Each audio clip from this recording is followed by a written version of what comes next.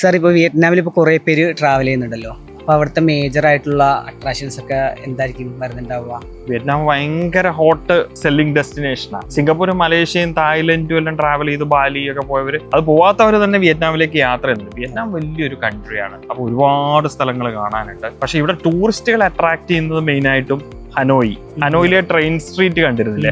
ആ train street ആണ് മെയിനായിട്ട് ഇപ്പോൾ ഈ ഇൻസ്റ്റഗ്രാം റീൽസിലെല്ലാം കൂടുതലും കാണിക്കുന്നത്. പക്ഷെ ഹനോയ് മാത്രമല്ല, ഡനാങ് നല്ലൊരു ബ്യൂട്ടിഫുൾ പ്ലേസ് ആണ്. ഹലോങ് ബേയിലെ ഡിന്നർ ഓവർനൈറ്റ് ക്രൂസ് നല്ലൊരു എക്സ്പീരിയൻസ് ആണ്.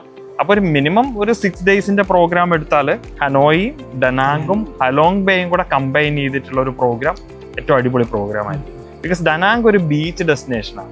ഹനോയിനെ സംബന്ധിച്ചിടത്തോളം അതൊരു ഹിസ്റ്റോറിക്കലി ഇമ്പോർട്ടൻ്റ് ആയിട്ടുള്ള പ്ലേസ് ആണ്. ആ ഡനാങ്ങിൽ ബാണ ഹിൽസ് കാണാനുണ്ട്, കൊയ്യാൻ ലൈറ്റിങ്ങിന്റെ അത് കാണാനുണ്ട്, പിന്നെ ബീച്ചുകൾ എക്സ്പ്ലോർ ചെയ്യാനുണ്ട്, പിന്നെ ഒരു ഇന്റേണൽ ഫ്ലൈറ്റ് കൂടെ ഇവർക്ക് ഈ ഹനോയിൽ നിന്ന് ഡനാങ്ങിലേക്ക് ട്രാവൽ ചെയ്യാൻ വേണ്ടി പറ്റും.